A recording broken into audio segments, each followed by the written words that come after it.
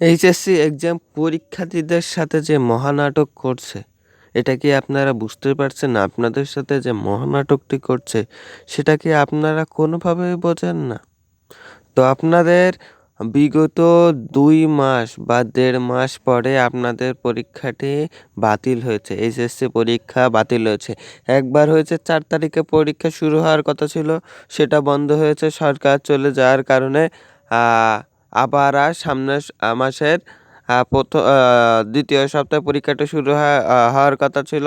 তো সেটা এখনো হয়নি। ছাত্রদের আপনাদের দাবিতে পরীক্ষাটি বাতিল করে দেয়া হয়েছে। আপনাদের দাবিতে পরীক্ষা বাতিল করে দেয়া হয়েছে। আমি কিছু ২-১টা কালকের নিউজ দিয়েছিলাম, বেশি নিউজ দিতে পারিনি সময়ের অভাবে। এখানে যমুনা টিভি, চ্যানেল 24 আরও বিভিন্ন টিভি থেকে এই নিউজগুলো প্রচার করেছিল। এখন মেন বিষয় আপনাদের কি অটো বাস দিবে। এখন আপনাদের কিন্তু ক্লিয়ার করে দিয়েছে শিক্ষা বোর্ড।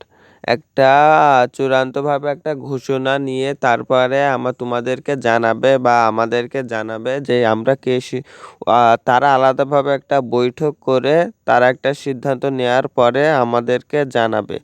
তো শিক্ষা বোর্ড এখন কি তোমাদেরকে অটো বাস দেবে? তো যেহেতু তোমাদের তোমাদের বলছে যে 4 সাবজেক্ট যে সাবজেক্টগুলো পরীক্ষা নিয়েছিল সেই সাবজেক্ট অনুযায়ী তোমাদের একটা রেজাল্ট দেবে। কিন্তু এখন শিক্ষা বোর্ডের কাছে যে খাতাগুলো আছে বেশিরভাগই নষ্ট। কেন? যখন প্রশ্ন পড়ে গিয়েছিল, প্রশ্নের উত্তরমালা পড়ে গেছিল, তখন খাতাও পড়ে গিয়েছিল, এমসিকিউও কিছু পড়ে গিয়েছিল। তো কিভাবে তারা খাতাটা দেখবে? কিভাবে তারা এটা রেজাল্ট দেবে?